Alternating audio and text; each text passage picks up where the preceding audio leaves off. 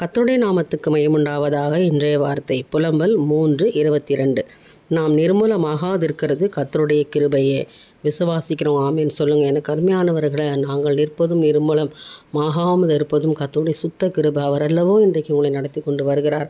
அவரல்லவோ உன்னை கரம் பிடித்து நடத்துகிறார். எவ்வளோ போராட்டங்கள், எவ்வளோ பிரச்சனைகள் வந்தபோதும் தேவன் கைவிடாதபடி இம்மட்டும் நடத்தி கொண்டு வருகிற தேவனுக்கு நீங்கள் நன்றி செலுத்த மாட்டீங்களா? அவருடைய கிருபை உங்களை நடத்துது. இன்றைக்கி நீங்கள் சோத்தரிக்கணும்.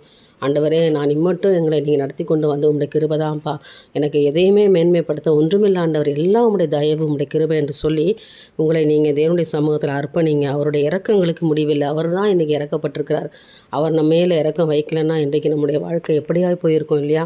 ஆண்டவராக இயேசு கிறிஸ்துவை நீங்கள் சொந்த ஜனமாக ஏற்றுக்கொண்டதினால இன்றைக்கு தேவன் உங்களையும் பெரிய ஜாதி ஆக்கியிருக்கிறார். அதனால் நீங்கள் பயப்பட வேணாம், கலங்க வேணாம்.